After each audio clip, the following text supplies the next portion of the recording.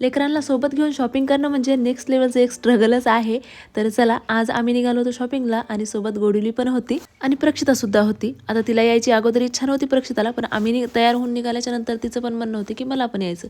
तर इथे ना पल्लवीला काही ड्रेस वगैरे बघायचे होते, सो त्याच्यामुळेच आम्ही इकडे आलो होतो. आणि राजवीरचं बघा लक्ष फक्त लाईटाकडेच आहे आणि प्रक्षितासारखं तिच्या आंटीच्या मागे मागे. तर इथे आमचं चालू होतं, एक जणीने ड्रेस बघायचे आणि एक जणीने लेकराला घ्यायचं. सो असं स्टेप बाय स्टेप आमचं चालू होतं.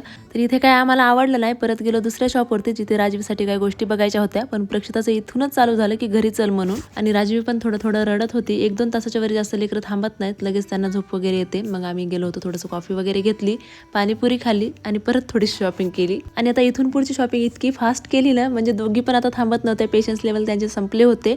आता छोट्या लेकरांचं तर आपण समजू शकतो, ते जास्त वेळ नाही थांबत बाहेर, पण मोठे लेकरं सुद्धा तसेच करतात, सारखं परेशान करतात. प्रक्षिता सुद्धा सेम तसंच करत होती.